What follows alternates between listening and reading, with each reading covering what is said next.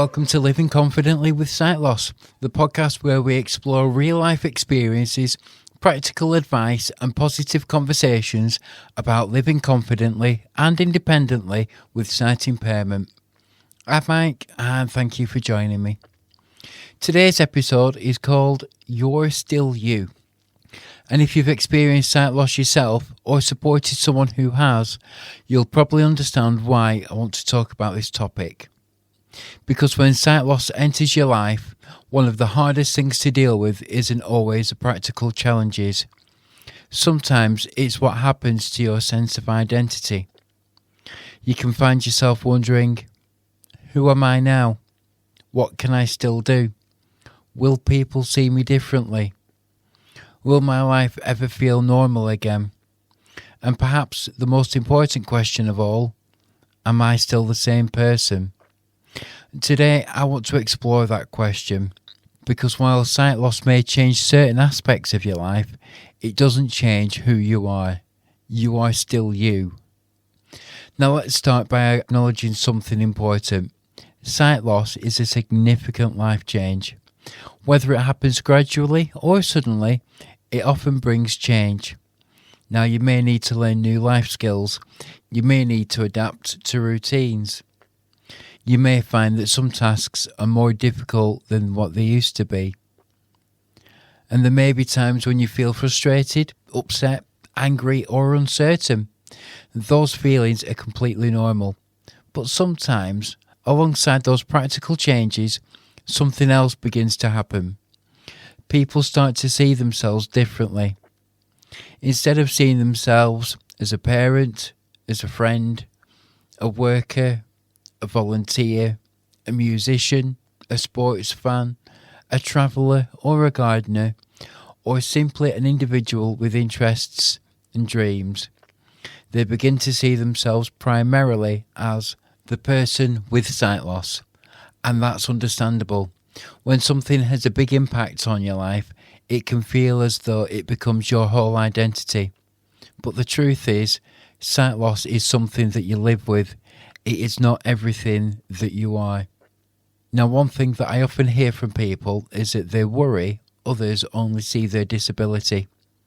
And people might focus on a white cane, the guide dog, the accessibility needs, the support requirements. And while those things are a part of everyday life, they don't tell the whole story.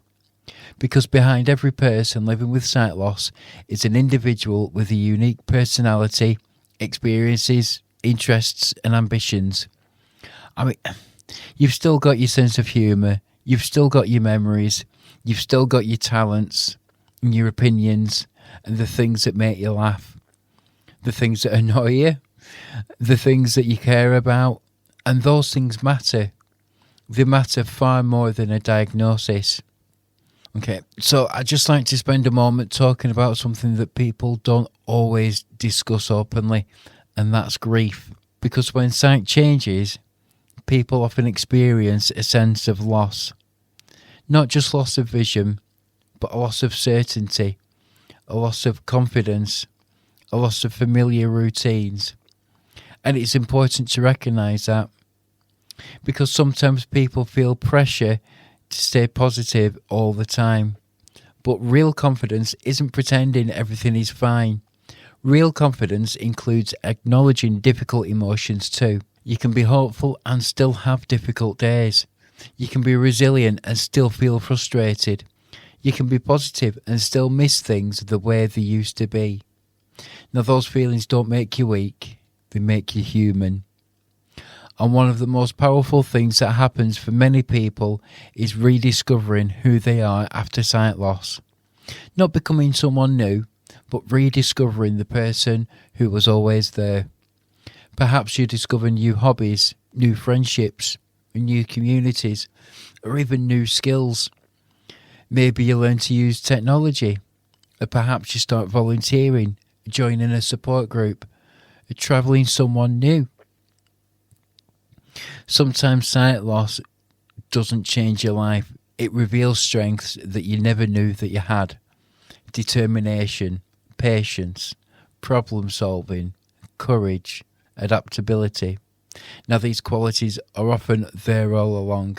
They're just simply given an opportunity to shine. Throughout the Envision community, we see examples of this every day. People continuing to enjoy life, trying new experiences, supporting one another, building confidence and creating memories. I mean, we've spoken previously about David taking on the skywalk at Blackpool Tower, and Maureen enjoying a visit to see Mamma Mia live on stage.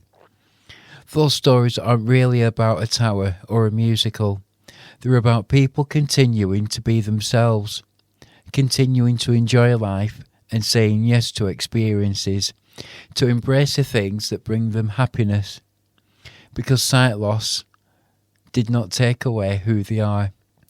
Sometimes the people around us can play a huge role in helping us remember who we are. Family, friends, volunteers, support workers, community groups. The best supporters don't just see a person's sight loss, they see the whole person, and they recognise talents, interests, goals, dreams.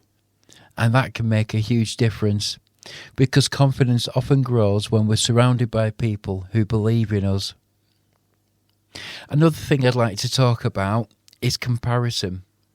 It's easy to compare yourself to how you used to be, or compare yourself to other people. But comparison can be exhausting. Your journey is your journey. Your confidence will grow at your pace. Your goals are your goals. Success doesn't have to look like anyone else's version of success. Maybe your achievement this week is travelling independently. Maybe it's attending a social group. Maybe it's just simply asking for support when you need it. Every step forward counts. So let me ask you a question. What makes you who you are? Just think about it for a moment. Is it your eyesight? Or is it your personality, your kindness, your sense of humour, your resilience, your passions, the love for your family, your experiences and your values?